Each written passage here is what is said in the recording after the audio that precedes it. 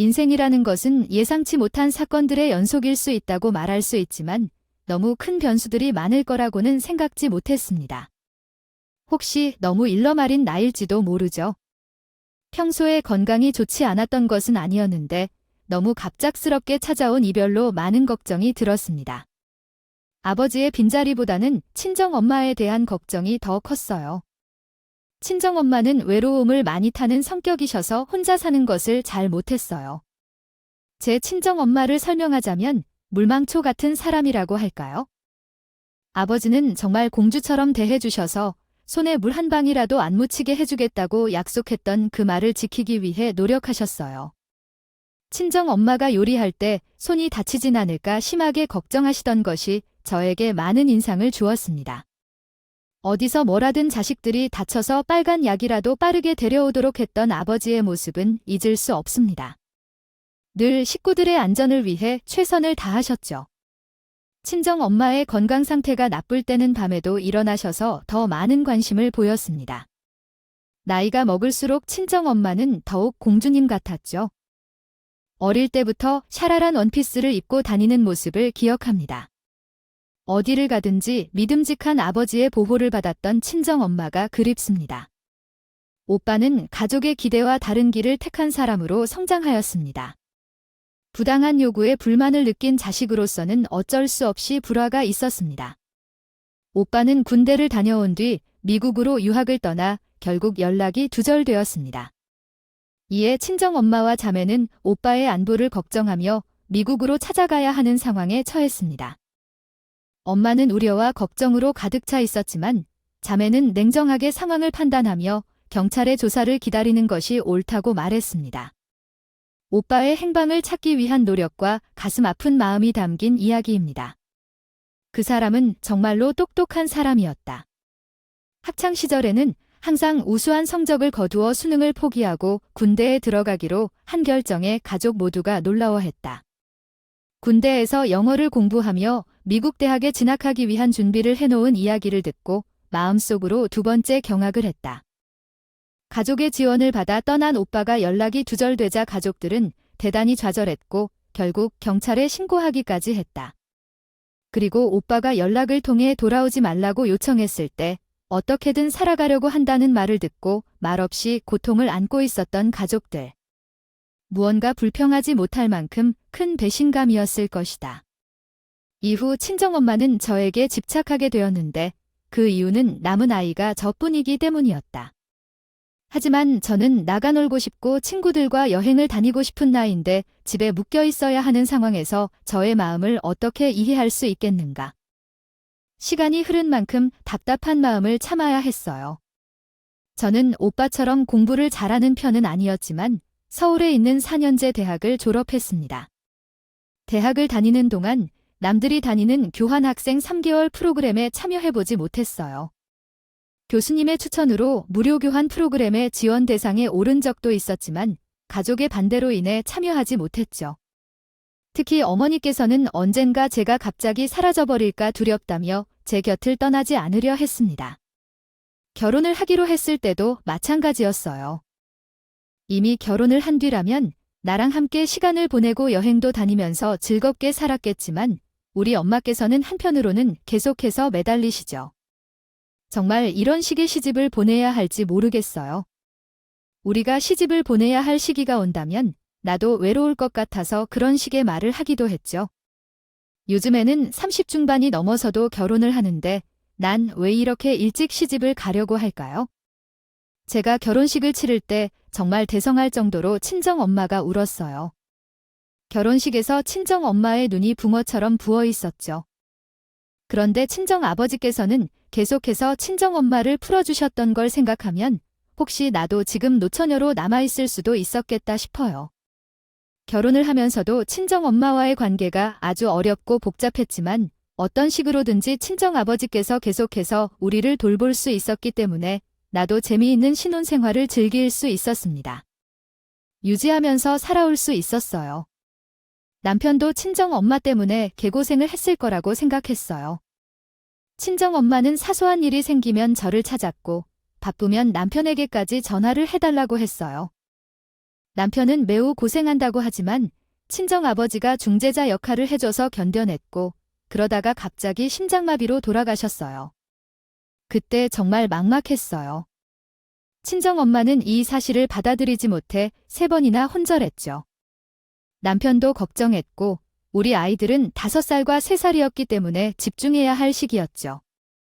친정집이 우리 집에서 40분 거리에 있기 때문에 더욱 걱정했어요. 친정엄마의 옆으로 이사를 가야 할까도 고민했지만 이사가 그리 쉬운 결정은 아니었어요. 짐 옮기는 것도 귀찮고 집값 문제도 있었거든요. 친정집과는 학군이 달라서 집값이 많이 오르고 있었어요. 남편은 친정엄마의 집착에 고통받았고 저희는 이사를 할 수 없는 상황이었어요. 남편은 가까이 가는 걸 꺼려했어요. 장례식이 끝나면 친정엄마가 좀 생활에 참여하면서 우리를 걱정하셨어요. 그러고는 집에 혼자 남는 걸 싫어하셨어요. 매일 저희 집에 와서 제 옆에 붙어 계셨어요. 우리 남편은 도매업을 하셨어요. 도매시장의 특성상 아침 일찍 해야 해서 오후에 퇴근했는데 친정엄마가 집에 있어서 불편해했어요. 또한 친정엄마가 항상 좋은 것을 찾는 사람이 아니었어요. 남편과는 문제가 있었죠. 여보, 내일 1시간 일찍 출근해야 해서 외투 좀 챙겨줄래? 가방에 올려둔 거 좀 넣어줘. 미리미리 챙겨주라고 해야지. 김서방은 아무것도 안 해. 우리 딸에게 넘겨요. 물론 남편은 억울했겠죠. 내 가장 사랑하는 친정 어머니께서 말씀하셨다. 그냥 양말 좀 가져다 줄래? 서류 좀 챙겨 놓아 줄래? 입어야 할 외투가 어디 있는지 모르겠으니 찾아줄래? 이런 평범한 부탁이 대부분이었다. 하지만 우리 친정어머니는 남편의 부탁을 이해해주지 못했다. 남편이 할 수 있는 것은 스스로 하는 것이 맞다고 말씀하셨다. 당연히 남편은 스트레스를 받아야 했다. 또한 매몰되어 있는 장모님도 불편해하셨다. 이렇게 사소한 부탁도 집을 잡아놓으니 남편은 불평을 피할 수 없었다. 또한 우리 남편은 외동아들이라 그렇게 키워진 사람이었다. 나는 공주님 같은 친정 어머니를 가진 사람으로서 그런 행동들이 익숙했다. 그래서 아무 문제 없이 잘 살아왔다.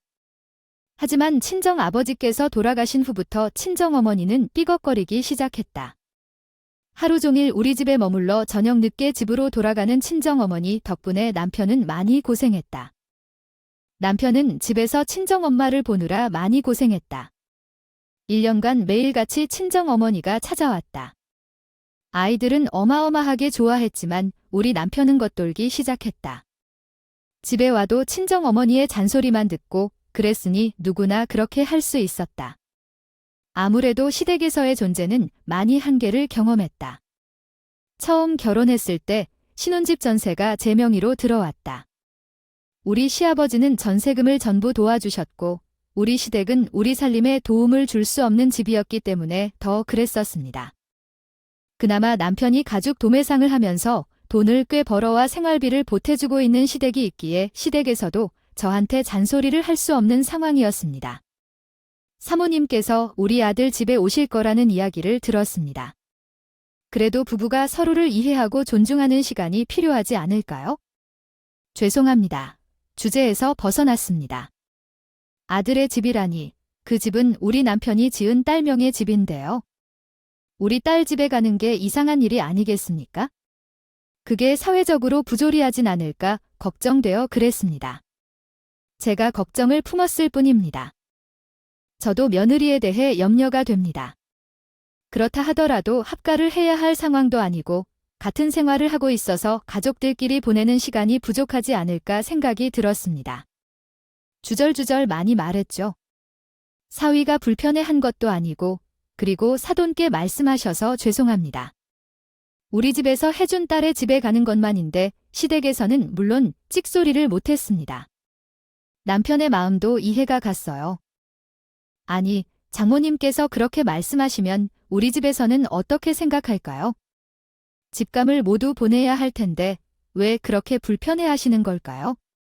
장모님과 같이 있으면 내가 작아지는 느낌이라 너무나도 싫어요. 너무 간섭하시는 것 같아서 죄송합니다. 엄마가 집으로 오시는 날은 항상 힘든 것 같았어요. 엄마는 언제나 나를 먼저 챙기려고 하셨는데 그럼에도 항상 우리 집에 오는 것을 막을 수 없었죠. 친정엄마와 아이들이 편하게 지내는 모습도 보기 좋았지만 금속 편지나 카드를 안 썼다고 혼나는 일도 종종 있었어요. 남편은 엄마가 너무 늦게까지 오시는 것에 걱정을 하기도 했고 같이 일하는데도 퇴근이 늦어져서 나를 걱정하더라고요. 결국 어느 날은 엄마가 좀 더 일찍 집으로 돌아가도록 말씀하게 되었죠. 저는 그때부터 남편과 싸움이 생겼지만 결국 남편의 마음을 이해하고 함께 해결책을 찾아가기로 했어요. 함께 여운을 위해 노력하면 우리 가족이 행복하게 지낼 수 있을 거라고 생각했어요. 많이 싸웠어요. 왜 그러는 거죠? 어느 날까지 집에서 우리 집에 출근 도장 찍으실 건가요? 주말 좀 참아주세요. 나도 매일 열심히 일하는데 주말에 좀 쉬고 싶어요. 아침 8시가 되면 들이닥치는데 언제 쉬고 쉴 수 있을까요? 이건 딸과 아들 사랑이 아니라 집착이라고 생각해요. 우리 엄마 입장에서는 자식이 한 사람뿐인데 나까지 떠나면 걱정이 되겠죠? 내 오빠도 우리 엄마하고 같이 사는데 왜 그렇게 자유롭게 살고 싶은 거죠? 오늘은 나가볼게요. 남편의 말은 항상 맞았어요. 제 일로 처음 키운 아들이 사라졌는데 그게 너무나 충격이에요. 하지만 그렇게 집착하는 것도 이해가 가요. 20년이 다 되어가는데 소중한 가족을 잃으면 그만큼 슬픔도 크거든요. 일대였어요. 하지만 우리 남편의 입장에서는 결혼을 했는데 장모님이 여기저기 참견을 하셨어요. 이런 상황도 이해는 가지만 입장 차이가 있을 수밖에 없는 일이었습니다. 그렇게 1년이라는 시간을 보내면서 참 많은 일이 있었어요. 어쨌든 1년째가 되는 날 친정어머니가 드디어 입을 떼셨고 애들도 이제 초등학교에 올라갈 나이가 되었어요. 아예 학군 같은 것도 신경 써야 할 때가 아니니까 너희가 똑똑하니까 애들도 분명 똑똑할 거라고 확신하고 싶어요. 그래도 공부 잘하는 애들이 있는 학교로 이동하는 게 서로 도움이 될 것 같아서 말야. 내 욕심은 물론 있지만 이런 선택을 함께 해야 하는 게 좋아 보이네. 학교를 왔다 갔다 하며 소통하는 게 더 나을 것 같아요. 혼자서만 생각하고 결정하기 힘든 상황이고 그분과 함께 상담을 해야겠어요. 그분은 요즘 매우 바쁘시지만 학교 선택은 중요한 문제니까 이야기를 가진 시간을 가져야겠어요. 학교 선택은 매우 어려운 문제일 텐데 그렇게 즉각적으로 거절할 수 있겠어? 그분의 성격도 이전이나 지금이나 변함이 없네요. 서운하네요. 현재 살고 있는 집은 아버지가 주신 것과 다름이 없고 합가하면 우리 집으로 이사 가야 하는데 더 안정적으로 살 수 있을 것 같아요. 왜 반대인지 이해가 안 가네요. 아무리 싫다고 해도 상의는 해봐야 해요. 저도 혼자 생각하고 결정하기 어렵잖아요. 김 씨가 불편해 하시니까 이런 결정을 내리는 거겠죠. 지금 살고 있는 집은 넓고 편하네요.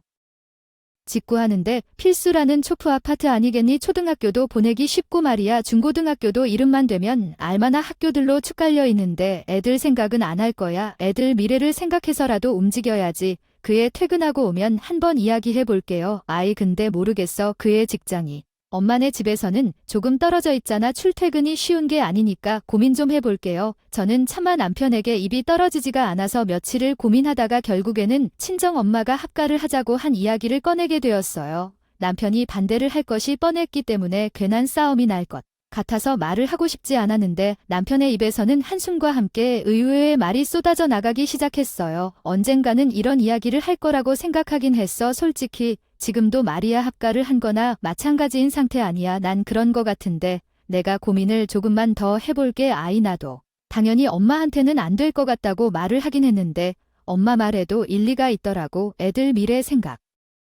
에서는 학군 좋은 동네로 이사 가는 게 훨씬 좋지 않겠어. 거기가 또 유명한 동네 아이들 적응을 하고 학교에 들어가게 되면 그때부터는 뭐 애들 공부 걱정은 안 해도 되지 않을까. 그쪽은 워낙 유학 가는 애들도 많고 그래서 내신도 잘 주는 편이라고 하던데 우리 애들도 유학은 못 가더라도 서울에 있는 4년제 대학은 나와야지. 학군 그렇지. 그 동네가 워낙 열이 장난 아니게 높은 동네이긴 하지. 애들 생각하면 그게 맞는 것 같기도 하고. 그러면 말이야 지금 이 집 현재 살고 있는 집은 아버지가 주신 것과 다름이 없고 합가하면 우리 집으로 이사 가야 하는데 더 안정적으로 살 수 있을 것 같아요.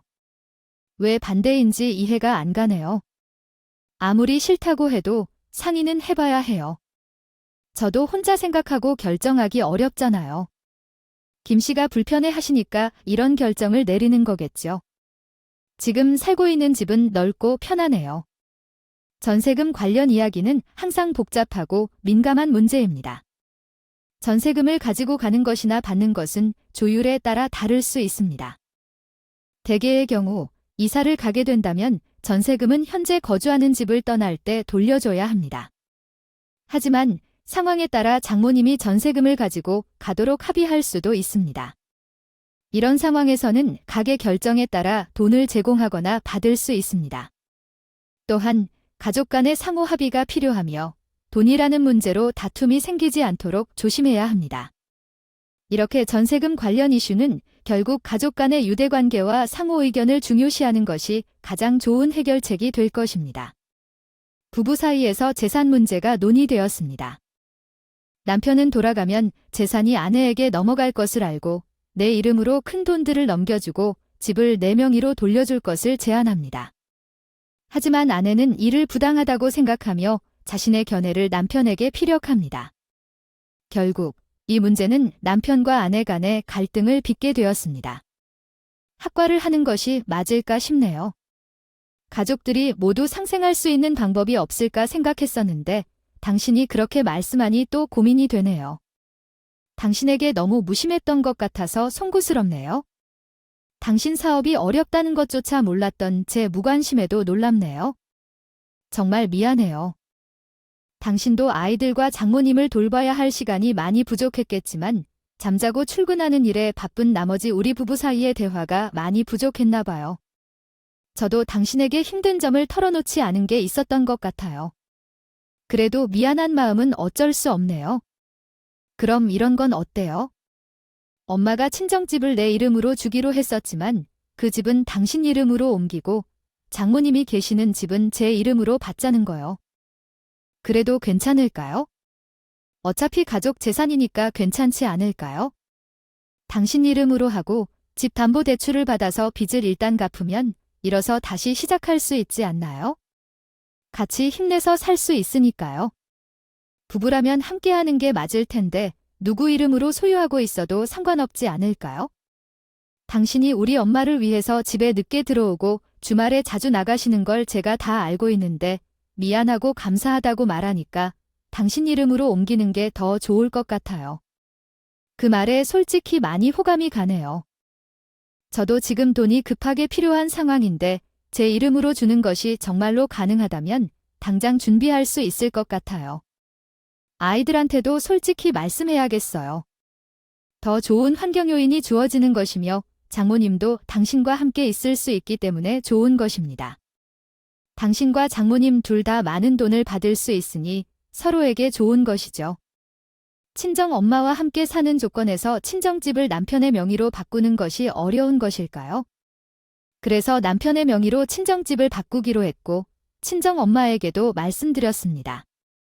친정 엄마도 솔직히 말하면 사위가 자주 집에 와서 집에서 편하게 쉬지 못하고 늦게 들어오는 것이 좀 불편했었다고 합니다. 이에 부부가 고민하고 내린 결정이니 원하는 대로 하라고 했습니다. 어차피 평생을 부부로 살 텐데 집의 명의가 누구의 것이 된다고 상관이 있나요? 아버지도 같은 생각을 했는데 당신의 재산이 나의 재산이고 나의 재산이 당신의 재산이라 하며 살아왔다고 합니다. 그렇다면 김 씨의 명의로 바꿔주겠다고 해야지 정말 좋은 결정을 내려둔 것 같습니다. 이제 모든 일이 순탄하게 풀리는 것 같아서 매우 기쁩니다. 마치 항상 이런 삶이어야 했던 것처럼 모든 일이 순조롭게 진행되고 있습니다. 친정집의 명의 변경과 관련된 세금 문제 등이 있었지만 주변의 도움을 받아 잘 해결할 수 있었습니다. 생각보다 빨리 진행되는 것이 놀랍네요. 친정집의 명의를 변경하고 이사 준비를 하게 되었습니다. 현재 우리 부부가 사는 집 주인에게 전세금을 돌려줘야 했고 여러 문제가 생겨 정신없이 바빠졌습니다. 친정집에 있는 불필요한 물건들을 버리고 이사를 준비하는 중입니다. 청소와 리모델링을 같이 하느라 2주 동안 친정어머니가 우리 집에서 머물러야 했어요. 이런 때 집이 두 채가 있는 것이 정말 편리하다는 생각이 들더라고요. 2주 정도가 지나고 모든 일을 마무리하고 이사를 3일 앞두고 남편이 퇴근하여 집에 돌아왔을 때 딴 여자랑 함께 들어오는 거예요. 저는 매우 당황했어요. 여보, 이분은 누구예요? 아, 혹시 당신의 사업자분이신가요? 아직 해야 할 일이 있어서 같이 온 거겠죠? 정말 수고하셨어요. 식사하셨나요? 우리도 지금 저녁 먹을 시간이라 같이 저녁 먹으면서 이야기해요. 그 직원은 제 직원이 아니에요. 정말 상황이 정신을 못 차리게 만들었어요. 이 회사에서 일하는 직원도 아니시라면 누구세요? 그럼 집에 온 이유가 뭐죠? 남편에게 물었는데 아무 말 없이 입을 다물었고 옆에 있는 여자는 머리를 베베 흔들고 있었어요. 상황이 정확히 무슨 일인지 이해가 안 가서요. 분위기가 묵직하게 느껴지더라고요. 친정어머니도 아이들을 데려 방으로 보내셨어요. 사태의 해법이 뭔지 진행 과정이 멈춰버린 느낌이었어요. 어느 회사 직원이 회장님과 함께 집으로 와서 퇴근 후에 일을 할 거라니 그 상황이 직관적으로 느껴졌어요. 당신의 이야기는 현실적인 것을 생각해보지 않았습니까? 저는 직원이 있냐는 질문에 대답한 적이 없도록 했는데 어떻게 제가 그것을 알 수 있겠어요?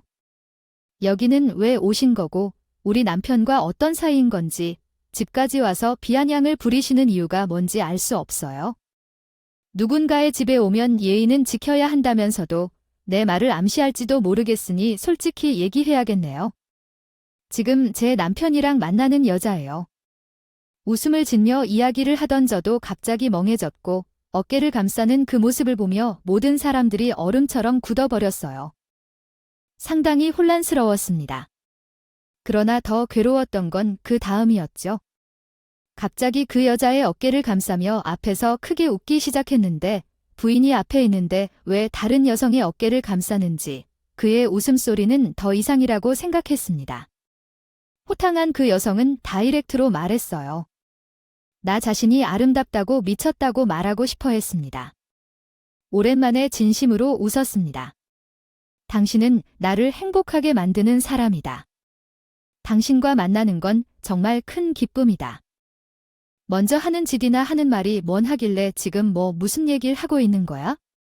이게 정말 이렇게 몰래 촬영한다든가 그런 카메라 종류이길래 당신이 가죽 도매 사업한 다음 몇 년간 유튜버로 활동하면서도 있었어.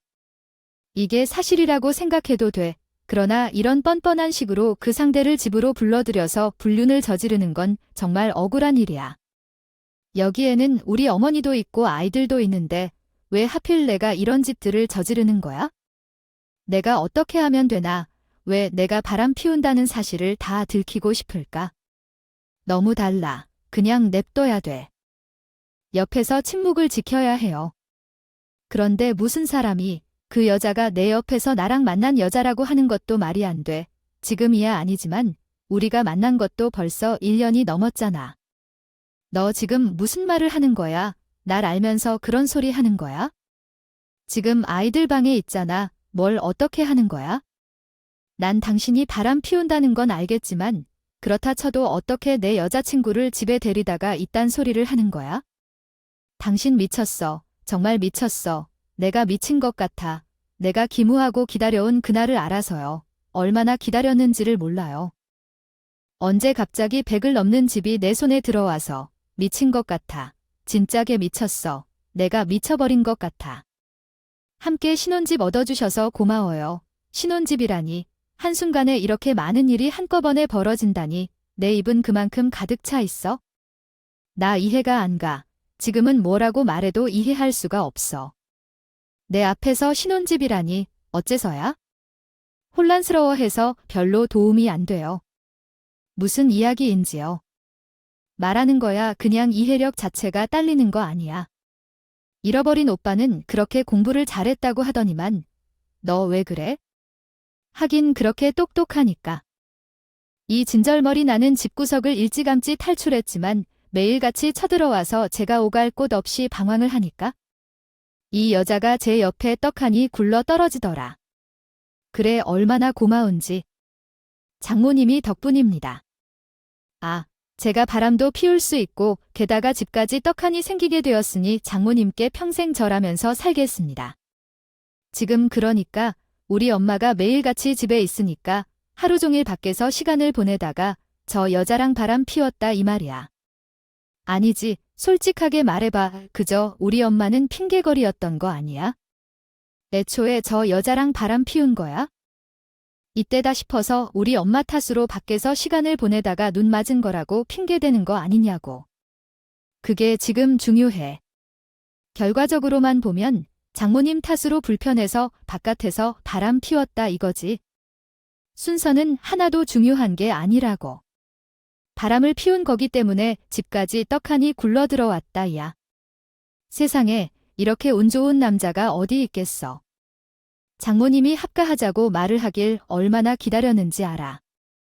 전세금이 나한테 떨어질 줄 알았더니 더 좋은 게 내 손에 들어왔네. 어차피 당신이 바람을 피운다는 사실을 알았으니까 이혼하게 되면 그 집도 물 건너가는 건데 무슨 소리를 하는 거야? 내 이름으로 받은 산이라서 재산 분할 대상이 되는 거 알지?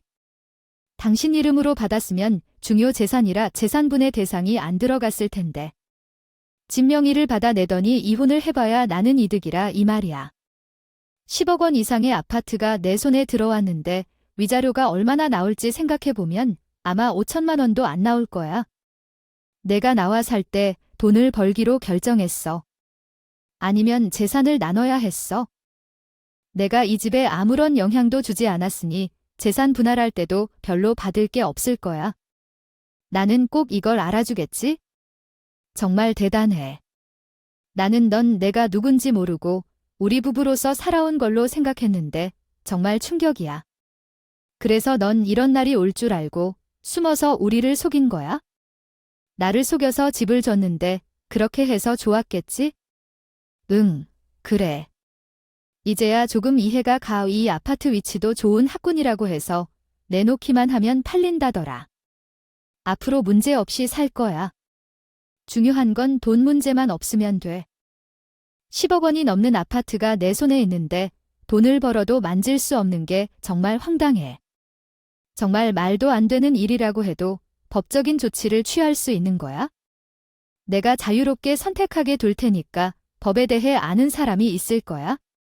너희 친구들이 별 볼 일 없는 사람들이라 해봐도 바쁘게 변호사를 찾아보고 있어? 집을 팔고 이사를 가야 하는데 언제 새 집을 구할 거야? 응, 내 명의로 된 아파트는 리모델링이 끝나면 새 집으로 살 거야. 어차피 일이 이렇게 된 거니까 시끄럽게 굴지 말고 조용히 이혼을 하자. 지금 누가 누구와 이혼을 입에 올릴지 너 인심 위자료로 1억을 줄 테니까 소송을 하지 말고 조용히 이혼하자.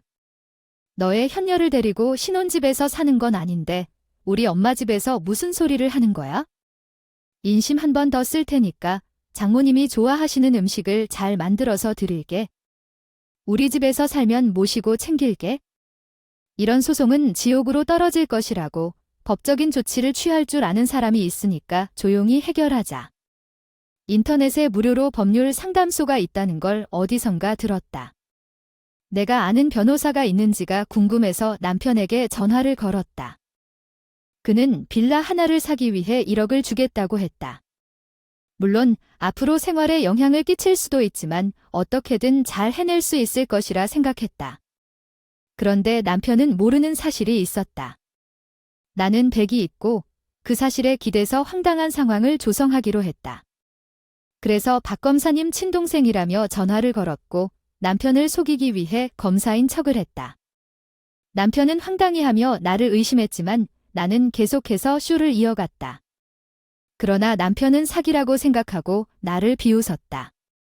후에 남편이 잡아올 때까지 난 황당한 일을 겪었고 일이 어떻게 끝나는지 궁금해 가정으로 돌아가기로 했다. 시작했어요. 어이, 내 무슨 배우들 사업이라도 했나요? 무슨 말도 안 되는 연기를 하고 있어요. 너희 오빠랑 연락 두저된 지 20년이라고 해요. 너희 오빠 미국에 있다며 이제는 검사 사칭까지 하다니 너 이거 내가 증거 제대로 잡아서 아주 콩밥 먹여줄 거예요. 그 말이 끝이 나게 무섭게 꾹꾹 화를 참아왔던 우리 친정엄마가 이 개자식의 뺨을 확 후려치겠어요. 소리가 어찌나 큰지 남편 놈의 얼굴이 휙 돌아갔고 옆에 있던 상간녀도 깜짝 놀라더라고요. 왜 우리 아들이 검사라고 하는데 졸리나 봐. 너 같은 는 더 처아져야 돼. 감히 내 집을 호의로 넘겨줬더니만 상갓 여자랑 살겠다고 말을 해. 정말 미친 거 아니에요? 친정엄마가 이성을 잃고 분노의 발작을 하기 시작했는데 개자식이 사람 새끼는 맞는지 차마 저희 친정엄마에게 반격은 못하고 그대로 처맞고 있었어요. 상간녀가 친정엄마를 말리려고 했지만 저도 이판사판 개판이라 생각해서 상간녀의 머리카락을 자꾸 뽑아찢기 시작했어요. 그런 개싸움이 벌어지자 50분이 지나서야 우리 오빠가 등장했어요. 그러니까 갑자기 우리 오빠가 어디서 튀어나온 건지 궁금하시겠죠? 지금부터 간략하고 빠르게 이야기를 해드릴게요. 우리 오빠는 22살 때 미국으로 건너가서 학교에 입학해 열심히 공부했는데 학교에서 인종차별도 당했고 뭐 이래저래 힘든 시간을 보냈다고 해요. 거기다가 미국에서 만난 여자친구랑 헤어지게 되고 아시안계 친구들 사이에서도 왕따를 당하면서 너무 힘들어서 내 세상 가고 싶었다고 했대요. 학교에서 휴학을 하고 여행을 다녀온 사람의 이야기입니다. 집에서는 여전히 학교에 다니는 척해서 학비를 받아 살았지만 졸업 시기가 다가오면서 걱정이 되었습니다. 처음에는 단순히 연락을 끊기로 결정했었지만 후에 비자 문제와 학비 부담으로 학교에 복학하기 위해 여러 차례 휴학과 복학을 반복하며 아르바이트로 돈을 모았습니다. 7년이 걸려야 입학을 마쳤고 졸업 후에는 적성에 맞지 않는 일을 하게 되어 프리랜서로 활동한 뒤 로스쿨에 입학하여 변호사가 되었습니다. 한국에 온 후에는 변호사로 일하려고 하였지만 검사 임용고 시험이 있어 그 시험을 준비하게 되었습니다. 2년 뒤에 합격하여 검사로 일을 하다가 아버지가 돌아가셔서 아버지께 사자를 드리려고 수소문하였습니다. 하지만 아버지가 돌아가신 사실을 알고서는 엄마와도 연락이 끊어진 채 혼자서 결심을 굳게 할 수밖에 없었습니다. 집에 찾아와서 울고불고 빌고 엄마와 화해했어요. 정말 죄송합니다. 죄값을 치러야 합니다.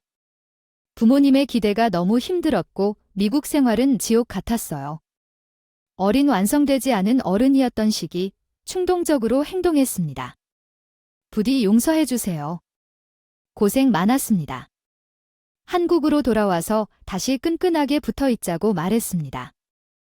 화해를 했고 오빠도 미안하다며 용서를 구했고 저도 용서했습니다. 도움을 주었고 조언을 받아 이전 작업을 진행했습니다. 제품을 도매하고 있는 모습을 보니 차림이 담백하게 나타나더군요. 그것도 문제가 많았어요. 불법으로 도축된 가죽을 가져온 증거도 발견되었고 중국산 가죽을 원산지를 속여 판 것도 확인되었어요. 곧 고발도 진행할 예정이니까 앞으로 인생 파란만장할 거예요. 저희 검찰청에서 아주 소문난 도베르만이거든. 한번 발견한 사냥감은 놓치지 않는다고. 아주 기대해도 좋아요. 20년 만에 나타나서는 당신이 무슨 주제나 된다고 그런 짓을 하겠다는 건데 가족이면 다야 가족 같아야 가족이지. 게다가 나 때문에 손해본 것도 없고 피해본 것도 없으면서. 아, 내 사업장 왜 들먹이 누가 한 핏줄 아니 할까봐. 야, 저 아직도 사태 파악이 잘 안 되시나 봐. 검찰이 수사권을 가지고 휘두르 있단 말이네. 너야말로 뭔데 그런 소리를 하냐? 피해본 피해자들이 있는데 찾아가서 고발하자 뭘 어떤 거니. 넌 그냥 앞으로 죽었다고 생각해 포기하는 게 정답이야.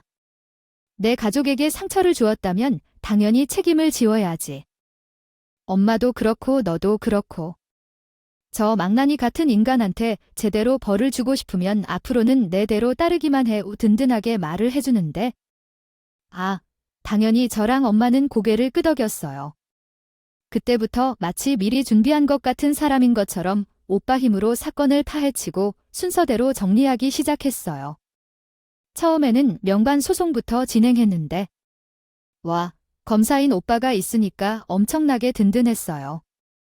그 개자식이 상가와 집을 꿀꺽할 계획을 짠 대화 내용까지 샅샅이 찾아내더라고요. 영장 청구를 통해 그 대화 내용을 확인했지만 그 대화 내용에는 쟤를 모욕하는 내용도 포함되어 있어서 모욕과 명예훼손 소송이 시작되었고 계자식의 사업장이 압수수색을 받았다. 이로 인해 불법 행위로 번 돈이 파악되어 사업장에 대한 소송이 진행 중이다. 현재 나와 가족은 오빠가 빌려준 집에서 살고 있다. 계자식은 상간녀와 함께 시댁에서 쫓겨났다. 시댁 가족은 양심이 있었고 계자식을 완전히 배제했다. 내가 계자식에게 연락을 했고 용서하지 말라고 말했다. 이혼 소송을 진행 중이며 위자료와 재산 분할을 요구했다. 또한 검찰 출석일을 앞두고 두 사람을 조롱하는 생각이 들었다. 나에게 질문을 해주셔서 어떻게 되면 혼란스러운 상황이었습니다.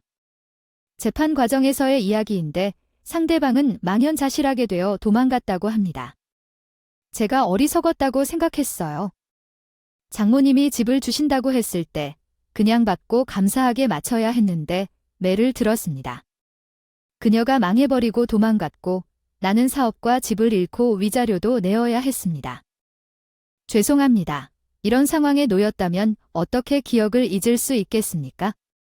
눈물을 흘리며 당신에 대한 배신을 어찌 잊을 수 있겠습니까? 분명 소송은 아직 끝나지 않았지만 오빠가 좋은 변호사를 찾아주어 수사가 이루어지고 있습니다. 안심하고 계속해서 지내고 있어요. 오빠가 제 가족을 돌보며 사는 동안 미안해하고 있는 것 같습니다. 그래서 의료와 법률 분야에 아는 사람이 한 명씩 필요한 것 같아요. 저는 오빠와 함께 행복해지길 원합니다. 엄마가 돕게 해준 덕분에 운이 좋다고 생각합니다. 부족한 이야기를 들어주셔서 감사합니다.